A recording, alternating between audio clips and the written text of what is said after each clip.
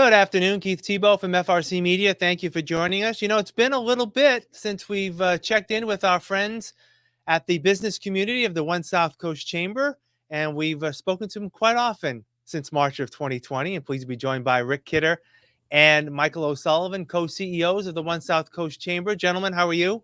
Great, Keith. How are you? I am doing well. It has been a while since we have spoken about how our local businesses are faring. And, let's continue to talk about COVID-19. Rick, let me start with you. How our business has been faring in terms of, surviving out there. Now that COVID is sort of plateaued in some ways, even though there have been some spikes here and there. But how our business is faring. And I guess I want to couch it toward we've talked about how many of our local businesses were still looking to hire for some positions. Is that still the case? It is still the case. We still see a lower or a higher rate of businesses that are looking for folks than we would have guessed would be the case. We did have a very successful job fair in September. We're thinking of doing another one after the turn of the year. Because we're hearing from businesses that they're still having trouble staffing up. In addition to that, there are supply chain issues. There are a number of issues that businesses are coping with as they move forward. But I think most of us are surprised at the relative strength of the economy today. Yeah. And Michael, let me follow up with you. In terms of what you're hearing from local businesses, have they been impacted with any of the other economic issues that we're all facing, i.e., inflation, and has that impacted their bottom lines? Have they been having to pass some of those costs on to consumers? They've had to pass a lot of those costs on to consumers. It's all the standard things that are really driving inflation today. Rick just mentioned that everybody's still having the supply chain issues. The supply chain issues are really hurting the small businesses right now. It's tough. It's tough for them to get all the product that they want, or in some cases the types of products. And if you go to small businesses, it's hard. Sometimes it's hard to see, or hard to accept. They don't have all the product on the shelves. It's very difficult. You can see that even in the grocery stores. So the supply chain issues are definitely having a great effect, and the supply chain issues are really driving inflation at the moment. So it's tough. So let me ask, and either one of you can answer and jump in on this one. In general, how would you forecast the state of local business here? I know that we'll talk about the governor coming sometime in December for an event, but how would you characterize 19 months into COVID, the state of business here on the South Coast? It's a tough one, I think, because I think it varies from sector to sector. But one of the things that we have seen is the remarkable resilience of this economy. You would have thought that COVID would have brought most small businesses to their knees. But the government stepped in and did some very good things on the front end. The state has done some very good things for its part as well to help ease some of the burden. The challenge that businesses have going forward are the ones that Mike described. Obviously inflation, obviously supply chain. But by and large, I think our small business ecosystem has bounced back remarkably well. Now, if it can't get what it needs and it can't produce, that becomes a different problem. I was talking with a small business the other day that is in the manufacturing circuits, and they are in the process. They have everything that they need to complete a major order, with the exception of one small part, and they can't get that one small part. If they could get it, they would be up at full steam, and they would be supplying and collecting dollars and paying their people more, et cetera. But they've run into that little challenge. They can't get that one small part. Mm. And Mike, let me ask you, in terms of, we've talked, over the past 19 months about, and Rick just alluded to it, the government assistance that many local businesses have received. From what you're aware of, is there still some of that available? And I guess second half to that would be, would any ARPA funding or any of this infrastructure funding that may be coming through with other federal bills potentially help local businesses here on the South Coast?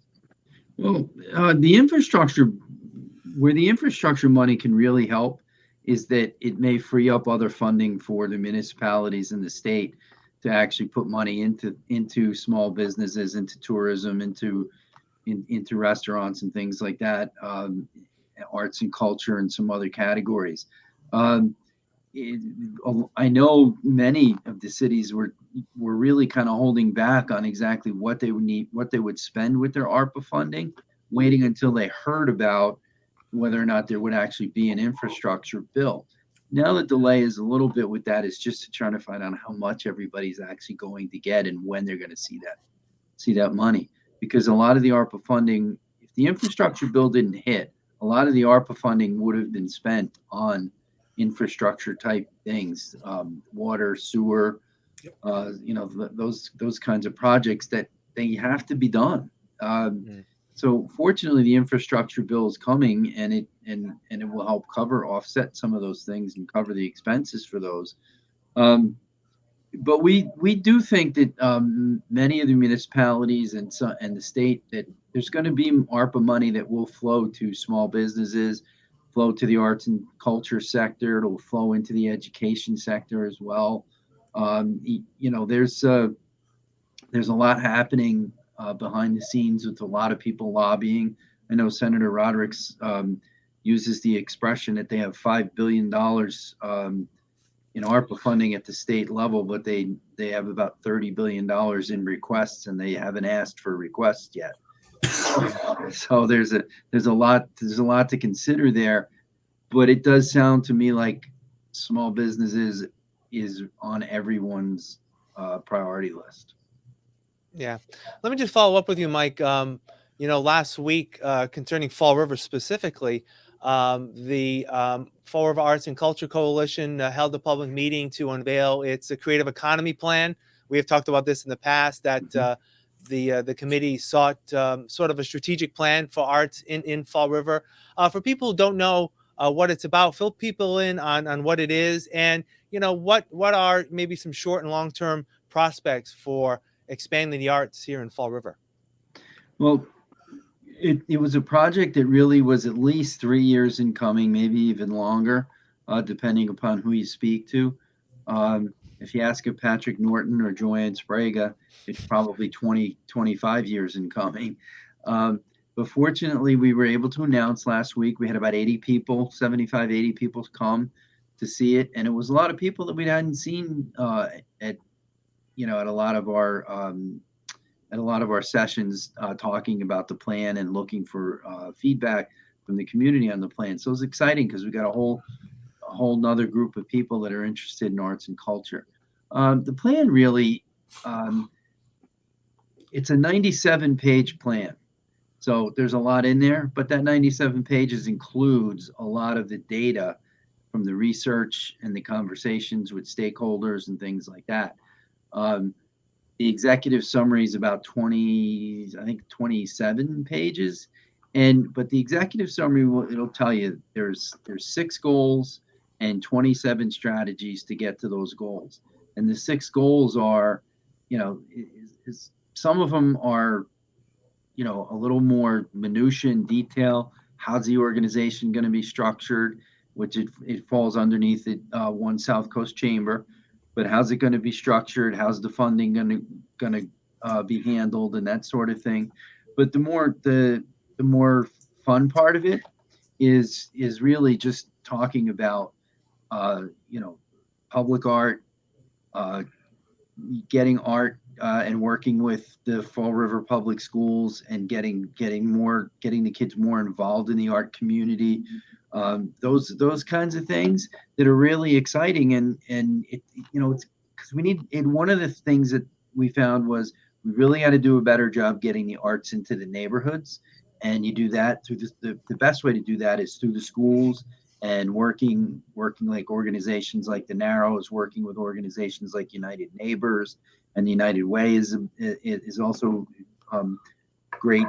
A great partner to be able to help us get things into the neighborhoods and get it out to other families and things like that. So there's a lot. It's very exciting, But I think the one I'm the most excited about is the public art structures. I mean, we need a lot more public art. And if anybody wants to know what I'm talking about when I say that, look at the great, um, you know, the great mural on the wall of Alexandra's on South Main Street. That's a really, really cool mural.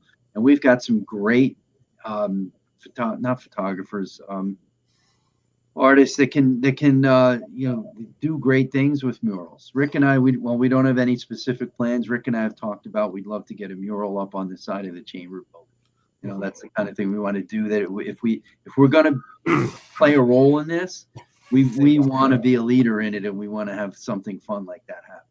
But it would probably paint by number, right? If you guys were involved. No, we would do none of the painting. Let's get this straight. Yeah.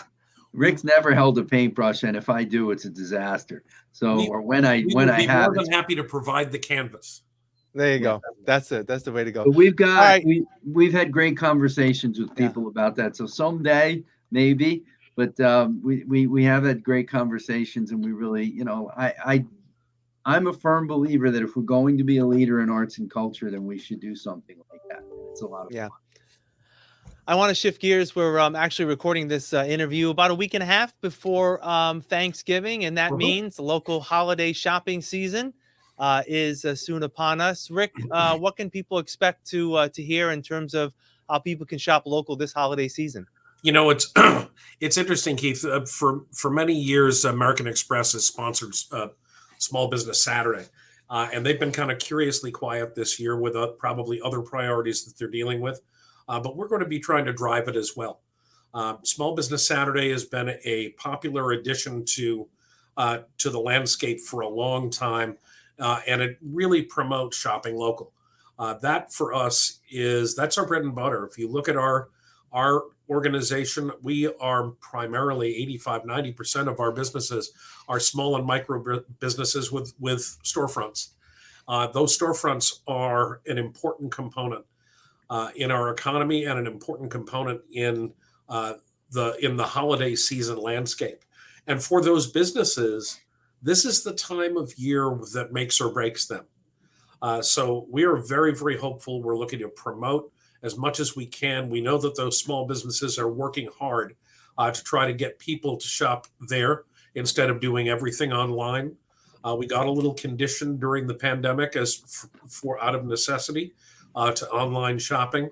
There's still always going to be that component, but boy, nothing touches the service that you get when you walk into a local business. So please support them. Please shop local. And of course, with more and more people vaccinated in our region, even though the South Coast is a little bit behind the rest of the state still, but 60+% of people vaccinated in our region, it's actually a good year to go back something old as new again, as they would say. Absolutely.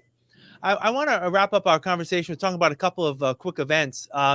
First of all, Mike, I believe it's on December 2nd is going to be the Chamber's annual meeting. And I believe this year it's going to be in person, unlike last year, correct? It is in person, December 2nd, and we're very excited that it's in person at White's. It's a breakfast meeting, and we're super excited. We're going to be giving out some business awards, some business in the Brayton Community Awards that traditionally have had their own. They've had their own events, but last year when we moved things to do it virtually, we moved them all, kind of combined them together. We're splitting some things up this year. The Valcourt Award is going to be given out by the governor on December 15th. We haven't named who the winners are yet, but we're in the process of figuring that out. But we're very excited that those two events are going to be in person again this year. Yeah. And Rick, talk about the governor's visit on the 15th. I know that this has been, again, sort of a tradition to try to get the governor down to speak to members. Again, this will be in person, so it'll be definitely good to have some FaceTime with the governor in person. Absolutely. And that nobody worked harder during this pandemic than the governor. And if you look at the results that the state has seen, we do have the highest vaccination rate in the country. We have an economy that is strong. We have a state that had a $5 billion surplus in addition to the ARPA funding that they received.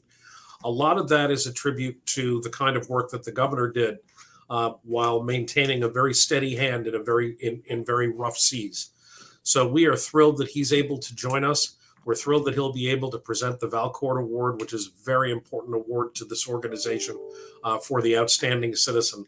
And we know that I think the governor himself, even though there are plenty of demands on his time, loves the fact that he can get out and about in the Commonwealth again and meet with folks who care deeply about the future of our great state. Yeah.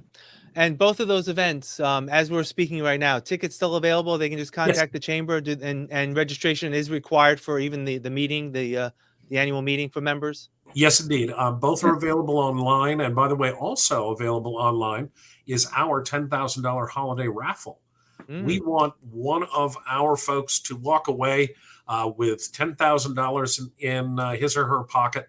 We're selling only 500 tickets to this raffle, and we're giving away $10,000 first prize, $2,500 second prize, $1,000 third prize. That's been sponsored by Baycoast Bank and others. But we are thrilled to be able to have this raffle and have somebody at our holiday mixer on December 9th walk away with a whole lot of cash in their pockets. Good way to end the year and have some extra spending money for the holidays. So it all sounds good. All right, Rick Kidder and Michael O'Sullivan, as always, thank you for joining us. Have a great holiday season if I don't speak to you before then. And we'll talk again soon. I appreciate it. Great. Thanks to see you, Keith. Take care. All right. And thank you for joining us here on FRC Media. I'm Keith Tebow. Have a great rest of your day.